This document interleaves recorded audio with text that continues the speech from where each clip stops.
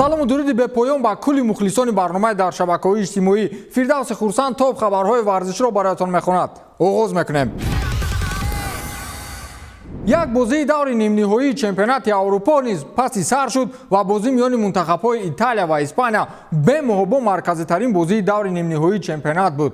дастаҳо бозии баробарро нишон доданд ва ҳатто кор то ҷое расид ки бо мусовии 1-1 то марҳилаи зарбаҳои пеналти раванд. зарбаҳои пеналтиро иҷро кардан ҳам кори ҳар кас набудааст. масалан дар ин бозӣ иҷрои зарбаҳои пеналти кори бачаҳои Испания набудааст. дарвозабони Италия як бор иштибоҳ кард, аз Испания бошад 2 бор. аз ин рӯи Италия ба финал рафту Испания аз роҳи финал баргашт. яке аз қаҳрамонҳои мунтахаби Италия ки дар ин даври рақобатҳо дастаашро кӯмак кардан натавонист, ин Леонардо Спинатзола буд ки дар охирҳои бозии муқобили Белгия осе бардошт ва ҳоли ҳозир ба табобат машғул аст. хулас ҳамин бозингар дар хонаи худ пеш аз оғози бозӣ ҳамроҳи фарзандони худ тариқи телевизион бо ҳамдастаҳои худ дар сурудани гимн ҳамроҳӣ кард. дар навор дида мешавад ки чӣ хел Спинатзола бо эҳсос суруди миллии Италияро мехонад. ин бозигарро яке аз кашфиётҳои дигари чемпионати аврупо ном мебаранд. ҳарчанд ӯ дар дастаи Рома фаъолияти назаррас дорад, вале дурахши бештари ӯро дар Евро 2020 нисбат медиҳанд. табибон муддати ним сол ба майдон баромадани ӯро манъ карданд. агар Италия чемпион шавад,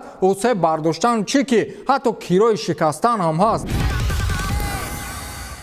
ягона қаҳрамоне ки наҷотбахши мунтахаби Испания дар рафти бозӣ шуду марҳилаи қаҳрамонияш дер давом накарда зуд ба антиқаҳрамони рақобат табдил ёфт, ин Алваро Марата мебошад. ҳамин бозингар аз бачагиаш ба назар ба як футболбози бетоле монандӣ дорад. кадом дастае рафт нокомиҳо дунболагираш шуданд, ҳарчанд бозии бад надорад. хуласи калом вақте бозӣ 1-0 ба нафи Италия мерафт, маҳз ҳамин бозигар ба мунтахабаш имкон дод ки боз як 30 дақиқаи дигар бозӣ намоянд. ӯ голи ҷавобиро зад ва бо ҳамин мусовӣ бозӣ то марҳилаи пеналти рафт. дар зарбаҳои пеналти дуюмин зарбае ки гол нашуд аз мунтахаби Испания, ин зарбаи Марата буд ва ҳамин тавр итолиёвиҳо бо як голи дигар ба финал рафтанд ва Испанияи шикастхӯрда ба хона баргашт. Алваро Марата баъди бозӣ боз мавриди таҳдиди мухлисон қарор гирифт. дар саҳифаҳои Инстаграм, дар саҳифаҳои иҷтимоиу паёмакҳои таҳқиру таҳдиддошта ворид мешавад. онҳо марги кӯдакони Маратаро мехоҳанд ва менависанд ки бигзор кӯдаконат бимиранд. Марата худ низ ба мақомоти ҳифзи ҳуқуқ шикоят бурд ва зери хатар будани аҳлу оилаашро иброз дошт. Марата инро дар баъзан вақт ба гол анҷом надодани фурсатҳои голзаниаш медонад. албатта вазъи Марата андак муташанниж аст, вале ин маънои онро дорад ки Алваро то ҳадде бозигаре барои мухлисон номаъқул будааст ки ҳатто ба куштанаш розӣ шуданд.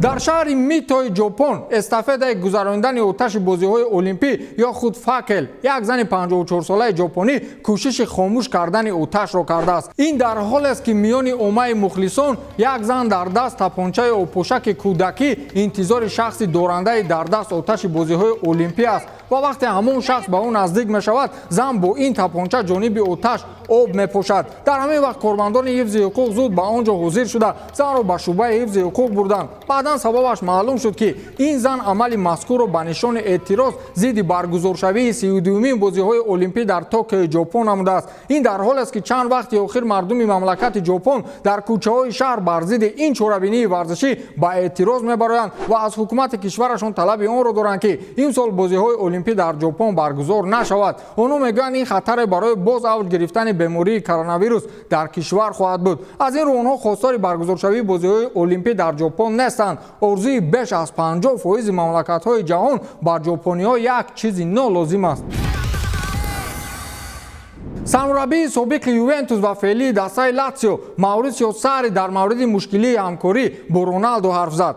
дар вақти дар даста буданд таъриф мекунанду вақте рафтан баъд сиёҳкуниро сар менамоянд. хулас ӯ гуфтааст ки бо Роналду кор кардан осон нест. ӯ бренди ҷаҳонӣ аст ва таваҷҷӯҳи мардум нисбати шахсияти ӯ ба даста таъсиргузор мешавад. ин вазъияти мушкилро ба миён меорад. рости гап ман аз уҳдаи мураббигӣ мебароям, вале менеҷер нестам. дар Ювентус дар муносибат бо Роналду ман нақши менеҷерро бозӣ мекардам. аз ин рӯ ба ман дар он ҷо кор кардан писанд нашуд. дар ин хел вазъият кор кардан хеле мушкил мешавад. аммо Роналду дар дар чунин вазъияти барои ман вазнин таъсири мусбати худро расонид. ӯ ба даста натиҷаҳои арзанда меовард. Роналду ин бештар аз як дастау ҷамъият аст. вақте ту 300 миллион обуначӣ дорӣ, ин маънои онро дорад ки ҳамон қадар одамон ҷамъияти ту ҳастанд. солҳои охир ман бештар дар мавриди бозигарони алоҳида мешунавам, на дар бораи дастаҳо. бошгоҳ даста бояд ҳамавақт дар ҷои аввал бошад, гуфтааст Мауритсио Сарри. рости гап ҳамин марди хирад рост мегӯяд. ҳамаи корро ҳамин Роналду ва Месси валангор карданд. кани он мухлисони пештараи Реал ҳамагӣ аз паси Роналду рафтанд ба Ювентус.